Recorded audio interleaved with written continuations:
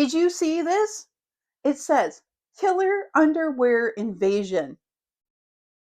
I saw this book at my local library and just had to pick it up.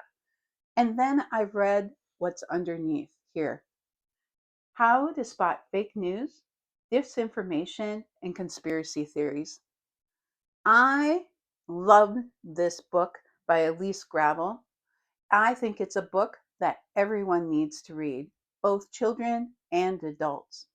Hi, I'm Catherine from Wildwood Learning, and I'm here just to share a little bit about what we can all learn about killer underwear invasions.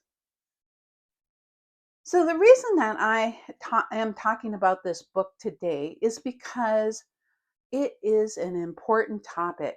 It's timely, it's out there. We are often inundated with news and information and don't really know what to maybe do with all of it.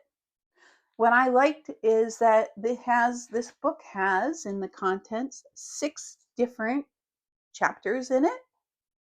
And in those chapters, it talks about what is fake news? Why do people make up the news? Why do we have disinformation? Is that such a bad thing? What happens when fake news blows up? Why do we believe fake news? And I think one of the most important chapters is the last one: how to tell real news from fake news.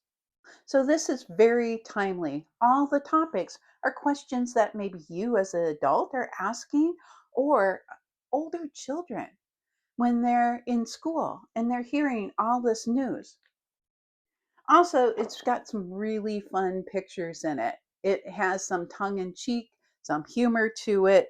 So, number 2 is that it makes it really easy to read. Easy to read along with maybe your class or with your child or even for yourself. And then sit down and have a conversation about what these topics are all about. And as I said, the very last chapter is about how to tell real news from fake news. And one of the first things out of the 10 that she provides us as to how to tell real news from fake news is to think critically. How often do we talk about having children think critically, to have adults think critically? The second one is to check your sources. We need to be aware of where this information is coming from and what is the source. A third thing that I really like, being a former science teacher, I used to teach my students about what's the difference between a fact and an opinion. Do we really know what that is? And last one that I'm going to touch upon, I'm not going to touch upon all 10, but the last one is about keeping our emotions in check.